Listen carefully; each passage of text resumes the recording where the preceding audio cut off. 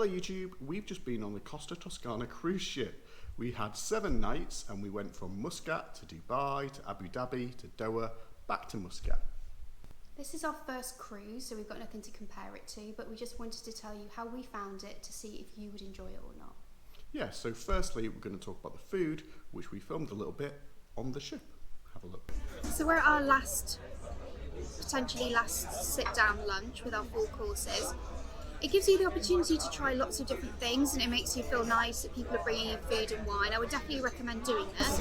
Obviously it depends on what you're doing for the rest of the day, and you might prefer to do the buffet, but that's up to you. The app will show you which restaurants are open when, with a green dot, and that's really helpful as well to help you plan your time. The buffet initially was very overwhelming, and it remains to be, but there are much quieter times, so if you go later on, or especially when any of the shows are on, it means that there are fewer people eating, so that's really good. And also you can take your food and sit outside with it as well, on the deck outside. So basically the food is great, would definitely recommend it. No complaints from me, and I'm very picky, I don't like a lot of things, but still we've had a great time and eaten lots of really nice food. This is one of the pubs, it's the Heineken Bar and Lounge, and it actually looks like a real proper pub. With like booze and things. It's really nice, isn't it? Yeah, so you can get the free drinks in here, the My Drinks package here, but the food here is extra, which is worth it when you're drunk and you need some chips. Yeah. And then it's not massively expensive, it's fine. Yeah.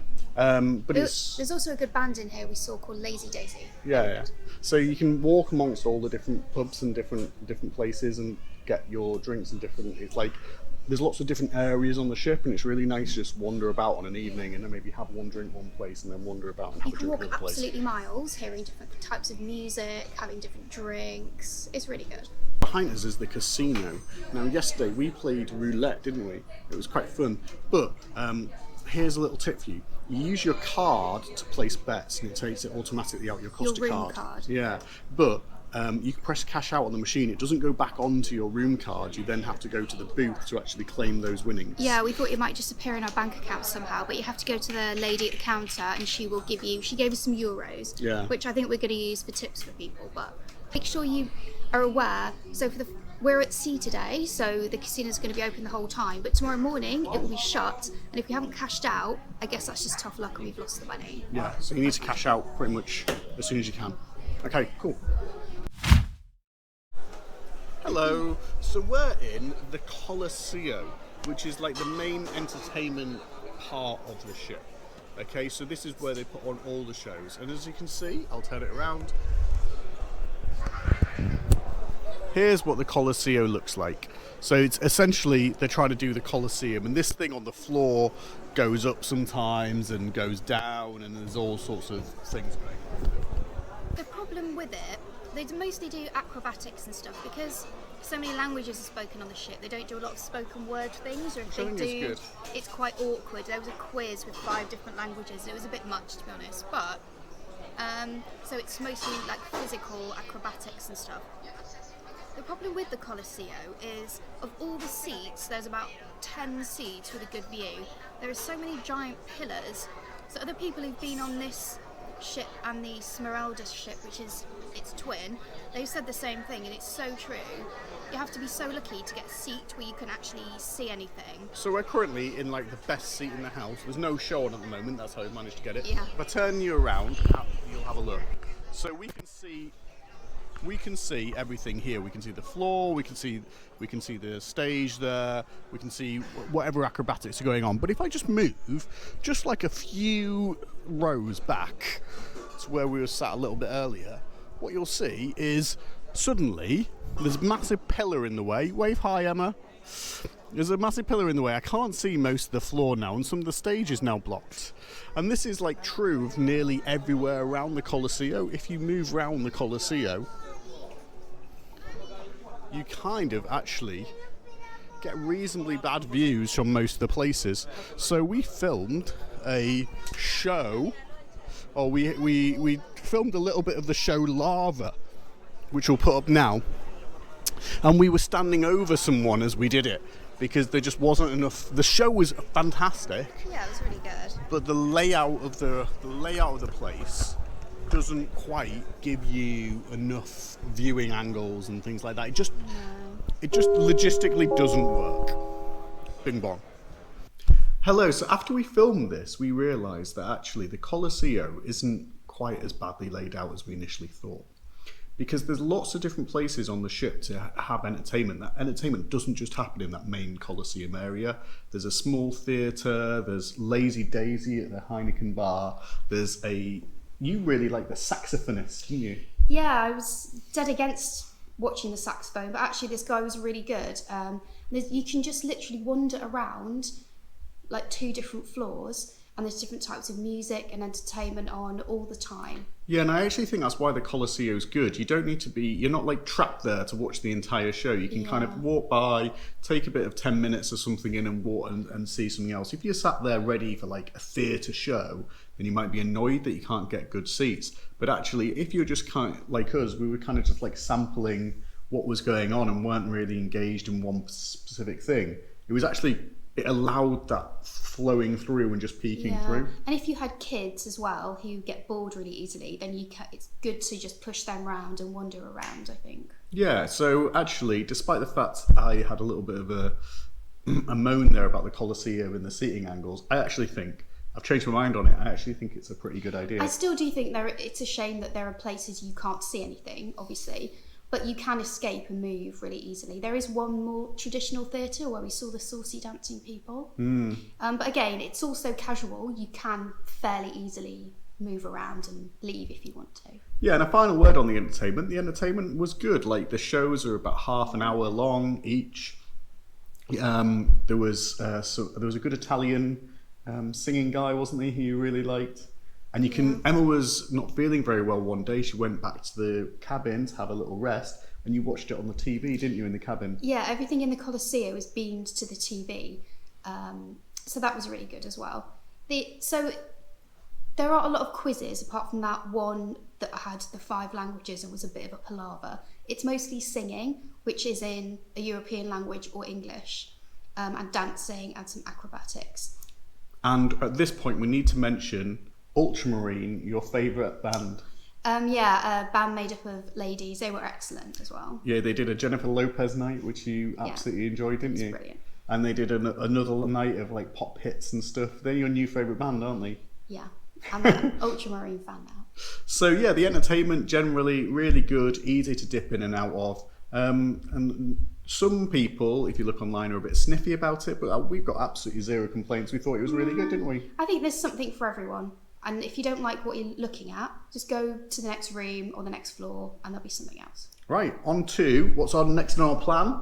On to the ship itself. Very new, it's only a couple of years old. It's really colourful, it's very clean. There are lots of different types of spaces, different types of seating.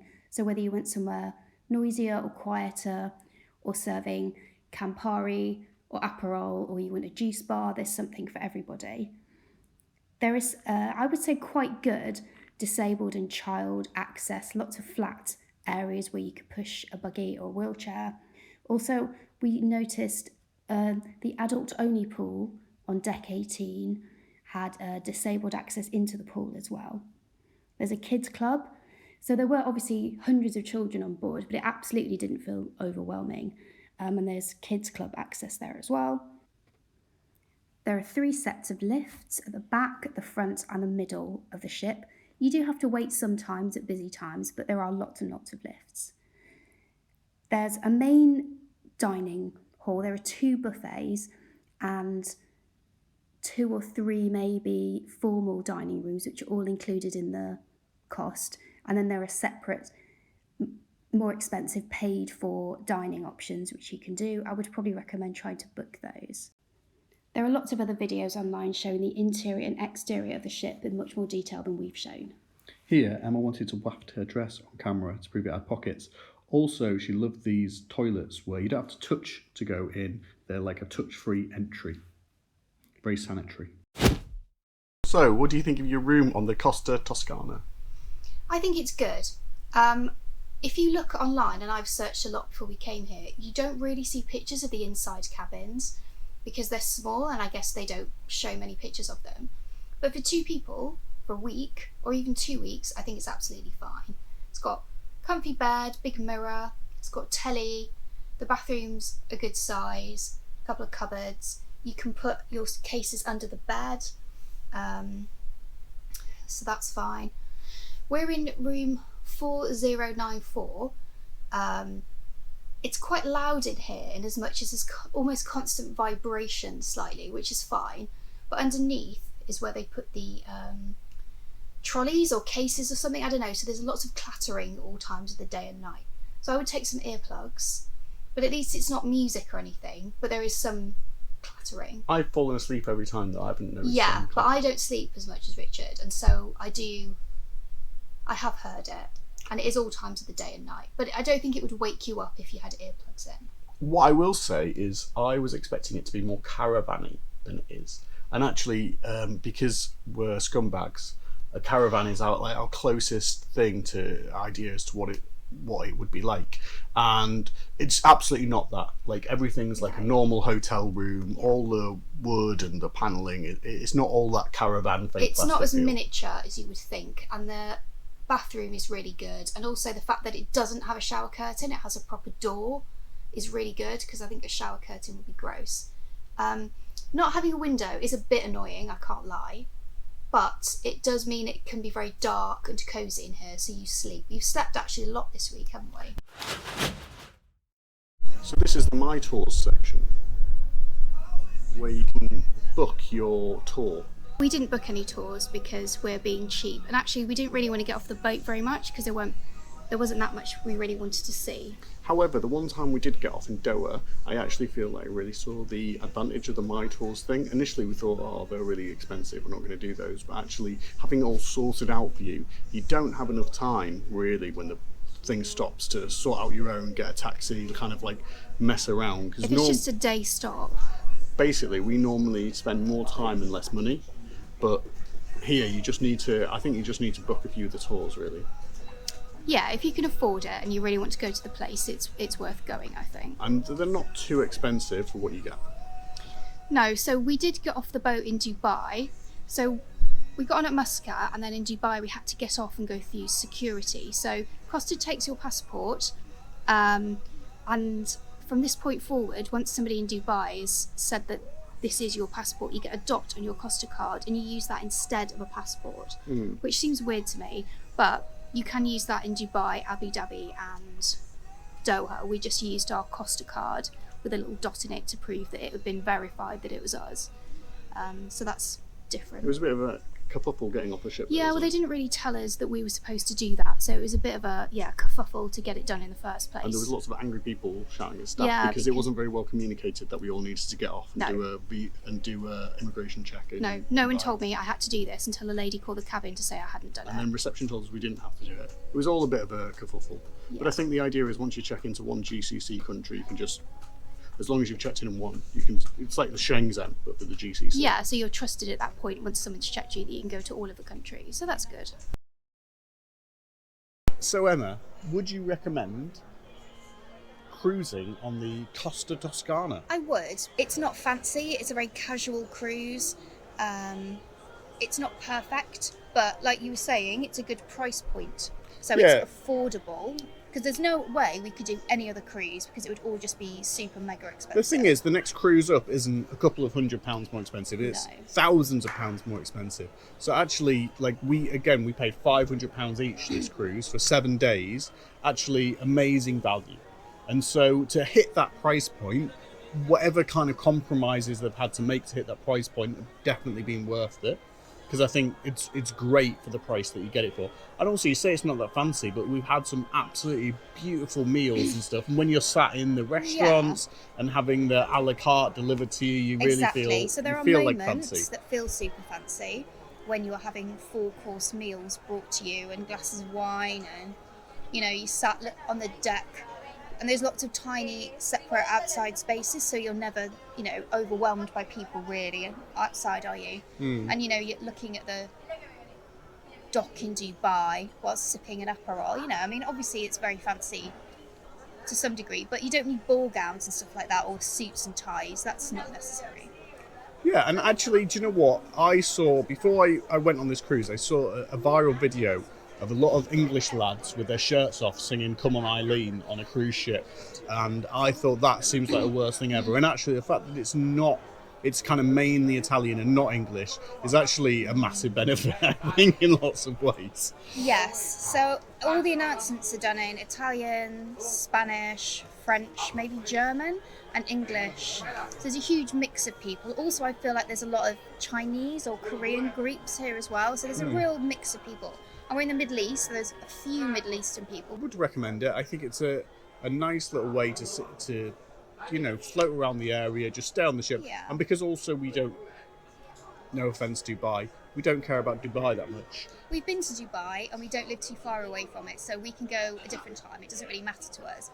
It's been nice to just sit on the ship and make the most of the ship. Exactly. So what I will say is when people get off, it's really quiet and you get served easier and it's just much more calm. So staying on the ship is actually quite nice. And we've been just sitting around, having a drink, playing some rummy cub. Yeah, we've been playing games and just chilling out. It's nice. What I will say is bring your own games. So we've got Monopoly Deal and Rummy Cub in this pack right now because there isn't a huge amount of onboard entertainment. We did a stretching class, and actually that stretching class wasn't like, hey, some morning stretches. It was actually an opportunity to kind of upsell some insoles for your shoes or whatever. Everything's linked to this upselling kind of deal. Yeah. So actually, what I would say is make sure you bring your own entertainment, whether it's a book or some games or something like that. For the daytime, definitely. In the evening, every half an hour, there's something new on in 4 different stages, whatever. Somebody's singing or doing acrobatics or a quiz, and that's, great. But in the daytime, it is very much a relaxed kind of ship, and there's not a lot going on during the day. Because people go on excursions, so we brought our own games, which I would definitely recommend. But being relaxed during the day has been such a beautiful thing. Because normally, you'll see from this channel, a lot of our holidays are kind of me making Emma walk up a thing. Yeah, me complaining that I've had to walk miles in 35-degree heat. And actually, all the Middle East, in the wintertime, the temperature is really nice. Yeah. So, this is a thumbs up for the Costa Toscana and Costa Cruises. If you're watching this and want to send us any more free stuff, I would say any more free stuff. We had to pay for this. Any free stuff whatsoever. But just manage your expectations. It is not a fancy QE2 type cruise. Just bear that in mind. Yeah, but it's a starter cruise. Yeah, that's a great way to think. And a price that is really, really, really doable. So that's the end of our review of the Costa Toscana. We'd just like to say a few little things. Firstly, about the staff. The staff were absolutely wonderful, really made our stay great, and so props to them. There was a few people getting a bit shirty with them at the reception area, and we would just like to take this opportunity to remind people that, like, service staff, it's not their fault a lot of the time. Please be kind and polite to all the waiting and serving staff when you're anywhere. They work really long hours and it's a really hard job, and there's no, things might not come up to your expectations, but there's no need to shout at people. It's not very nice. And also you wanted to give a shout out to someone, didn't you? Yeah, so the only reason we went on this cruise was because I became obsessed with a lady called Emma Cruises. Her videos are on YouTube. They're just really detailed reviews of cruise ships, and I don't know why I became obsessed with them, because there's no chance I'll ever go on a cruise, but luckily this one happened, so yeah, it was really fun. And she went on the Costa Smeralda, which is the twin of the Toscana, so you could watch her review of that as well. Yeah, so shout out to Emma Cruises, because she kind of made this happen. She made it possible, yeah. That's you, didn't she? And one final thing, if you enjoyed this video and you got this far, well done, because some of it's quite boring, but also like and subscribe. It does make a massive difference to a channel like us with like a tiny amount of followers. Getting a few more subscribers is fantastic. Right, we'll see you next time we make a video, which, to be honest, might be a few weeks, but see you later.